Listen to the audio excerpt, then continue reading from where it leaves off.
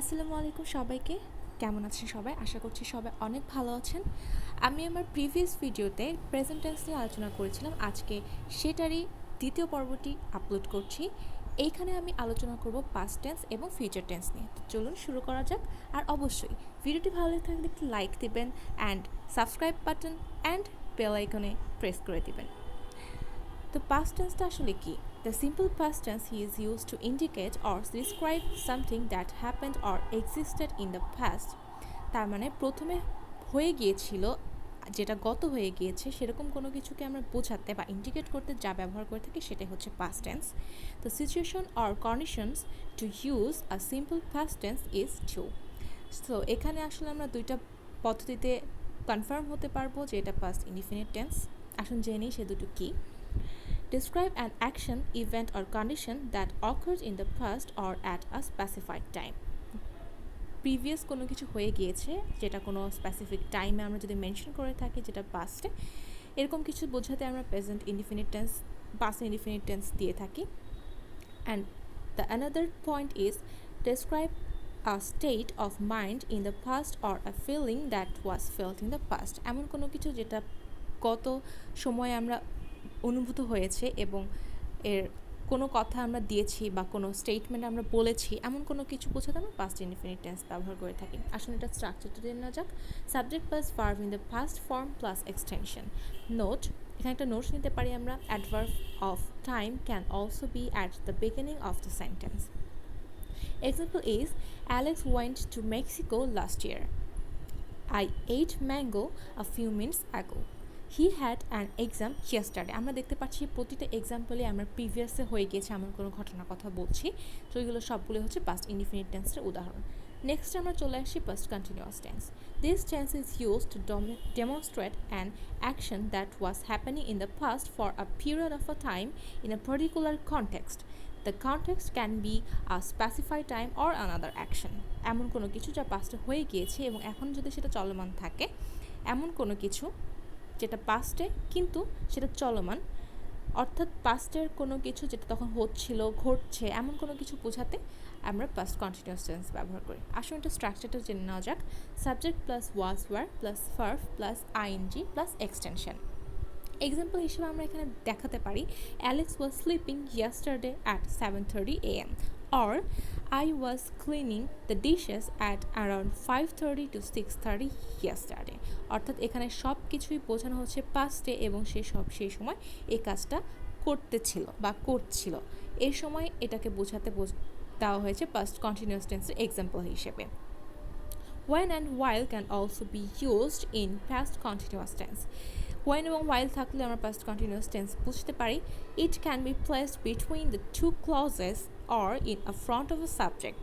এটা দুটো ক্লজের মাঝখানে অথবা দুটো ফ্রেজের মাঝখানে বসতে পারে, অথবা একটা সেন্টেন্স অথবা সাবজেক্টের সামনে বসতে পারে। We can use the example of it. Number one example is when Alex came, I was sleeping, or Alex came when I was sleeping. এখানে দেখতে পাচ্ছি আমরা when এর ব্যবহারটা একটা সেন্টেন্সে আমরা সাবজেক্টের ফার্স্টে করেছি এবং পরবর্তীতে আমরা দুটো ক্লজের মাঝখানে করেছি। The second example is while he was playing he were making noise, or he was playing while you were making noise. Same example while এবং when এর ব্যবহারটা দেখানো হয়েছে। এরপর আমি চলে যাচ্ছি পাস্ট পারফেক্ট টেন্সে। The past perfect is used to demonstrate an action that occurred before another action in the past. অর্থাৎ এমন কোনো অ্যাকশন যেটা আরেকটা অ্যাকশনের আগে ঘটেছিল এবং এখনও চলমান। There are usually two complete actions in the sentence. One happens before the another. এখানে অ্যাকচুয়ালি দুইটা কাজ আমরা দেখাবো যেটা একটার আগে আরেকটা হয়েছিল। Structure is subject plus had plus verb with 3 plus before plus subject plus simple past tense. Example is Alex had completed the task before the teacher asked. যখন টিচার এটা চেয়েছিল তার আগেই সে কাজটা কমপ্লিট করেছি। এখানে দুটো সেন্টেন্স করেছি আমরা, মাঝখানে বিফোর দিয়ে দুটো সেন্টেন্সকে অ্যাড করেছি এবং এটা স্ট্রাকচারটা দেখিয়েছি। And another example is I had bought a phone before you came here. এখানে আমরা একটা নোট নিতে পারি when, after, etc.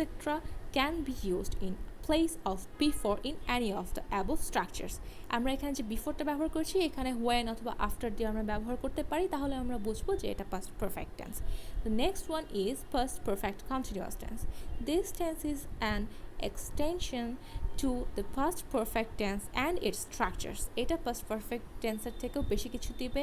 It is used to demonstrate an action which continue for a specific period of time but stopped before another action. এমন কোনো কিছু যেটা previously ঘটে গিয়েছে এবং সেটা অন্য একটা অ্যাকশন শুরু হওয়ার আগেই থেমে গিয়েছে. Structure is subject plus had plus been plus ভার্বের সাথে আইএনজি প্লাস এক্সটেনশন. এক্সাম্পল হিসেবে আমরা এখানে দেখাতে পারি Alex had been playing cricket for 18 years. সে 18 বছর ধরে খেলতো. সে আগে বোঝানো হয়েছে যে খেলতো এবং তার পরবর্তী অ্যাকশন আগে সেটা থেমে গিয়েছে. Jack had been living in Sydney since 2010 before he moved to Melbourne. ওকে, এরপর আমরা চলে যাচ্ছি ফিউচার টেন্সে. তো প্রথমে আমরা জেনে নেব ফিউচার ইনডিফিনিট টেন্সটা কি. The simple future tense is used when an action is promised thought to occur in the future. যখন আমরা এমন কিছু বোঝাই যেটা ফিউচারে ঘটবে বা এমন কোনো কথা দিই যেটা আমরা ফিউচারে ঘটাবো, এমন কোনো কিছু বোঝাতেই ফিউচার ইনডিফিনিট টেন্স ব্যবহার করা হয়. The structure is very simple, subject plus shall will plus verb plus extension, just it. Okay, the example is we will move to another city. আমরা অন্য একটা সিটিতে শিফট করবো বা মুভ করবো. এটা আমরা করবো বোঝাচ্ছি, তার মানে এটা future indefinite tense, just simple future indefinite tense. He will make a phone which has artificial intelligence. So এখানেও সেম, আমরা একটা ফোন কল করবো বলে বোঝাচ্ছি, এটাও ফিউচার ইনডিফিনিট টেন্স. এখানে আমরা একটা নোট নিতে পারি. The structure of the present progressive tense also can be used when an action is promised, arranged, planned to take place in the near future. খুব কাছাকাছি কোনো ভবিষ্যতের ক্ষেত্রে আমরা যদি কোনো প্রগ্রেসিভ প্রেজেন্ট টেন্সকেও বুঝাইতে চাই, সেটাও আমরা ফিউচার ইনডিফিনিট টেন্সে ব্যবহার করতে পারি. সিচুয়েশন ভেদে দুইটা আলাদা বা দুইটা স্ট্রাকচার আমরা জেনে নিব বা বসাতে পারবো. Example is we were moving to Texas next week. The bus is leaving at 6 p.m. Next আমরা চলে যাচ্ছি future continuous tense. The tense is used when an action is promised thought to be going on at a specific time context in the future. Same structure, but এটা হচ্ছে ফিউচারকে বলবে কিন্তু এমনভাবে বলবে যে এটা চলতে থাকবে বা এটা চলমান থাকবে. Structure is subject plus shall will plus be plus verb plus ING plus extension. Example হিসেবে আমরা দেখাতে পারি I shall be sleeping at around 6 a.m. Tomorrow. আমি আগামীকালকে সকাল 6টার সময় ঘুমাতে থাকবো, মানে এখানে সেটা করতে থাকবে বা করতেছে এভাবে বোঝাবে. She will be working in the office while you watch a movie. যখন তুমি একটা মুভি দেখবে তখন সে কাজ করতে থাকবে বা করছে, এরকম কিছু বোঝাবে, তখন সেটা future progressive tense. The next one is future perfect tense.